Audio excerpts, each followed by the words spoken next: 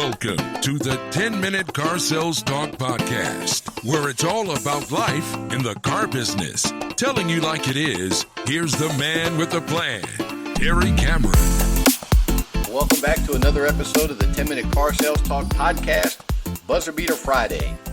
This is episode number 26 in our Buzzer Beater series.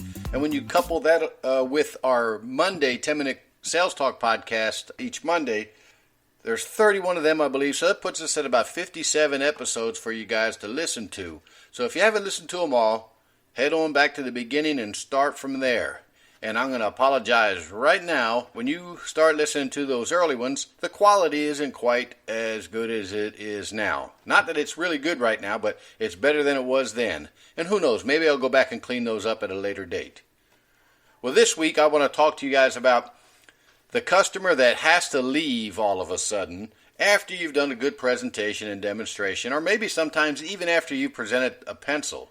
You know, they give you the excuse, I want to go get something to eat. You know, I have a couple errands to run. I have to go pick up the kids. And they didn't tell you about that right up front. That came after you did a little bit of work. Normally that means something went wrong, or maybe the customers just aren't sold yet. So what I want you to do is call their bluff. If they tell you they want to go get something to eat, all you have to do is look at them and say, hey guys, no problem. I know it's been a long day. You guys are probably pretty hungry, but do me a favor and reach in your pocket. Now, back in the day when I sold cars, it was $5, but you might have to pull out a $10 bill. Hold it out and say, guys, when you're gone, while you're gone, I haven't had a chance to break away. Can you go ahead and grab me something and you know, maybe a burger and fries or wherever you guys are going to go and bring it back. And while you're going, I'll get the car cleaned up, full of gas, and ready to go. So it'll be easy. We just have to do a little bit of paperwork when you get back. Now, you got to make sure you don't flinch. You have to do this confidently because you're really going to catch them off guard. If they take your $10 bill, and I doubt they will, but if they do, then they're probably sincere that they are going to get you something to eat and come back. If they say, no, that's okay, we don't want to do that, then you just have to look them right in the eye. I mean, square in the eyes and say, guys, you weren't going to come back, were you?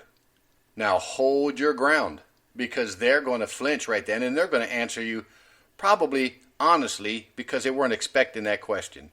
Okay, so you guys weren't coming back, were you? They're going to tell you, well, you know, we really did want to go shop around, look at a couple other places.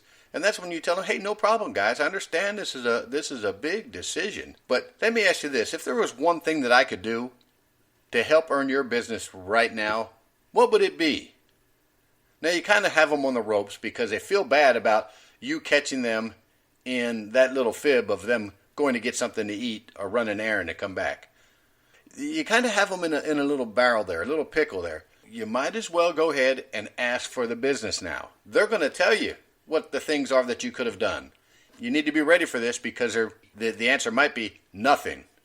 There's nothing you could do right now. Maybe they don't like the car. Maybe they don't like you. Either way, this is not designed necessarily to close the deal, but to pull out the real objection so then you can close the deal. You have to try it. It works, and it works really well. So if they have to go run and pick up the kids, here's another thing you can use. Okay, guys, let's just get a little bit of paperwork out of the way. And then I'll get the car all cleaned up. We'll get everything taken care of. And I'll deliver the vehicle to you this evening after you get done with all your errands. How's that sound?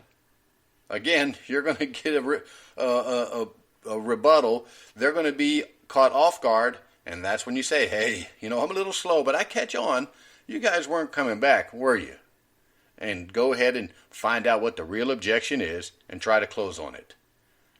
Remember, most sales are made after the 5th attempt. So use this one. This may be the last one you'll need to use.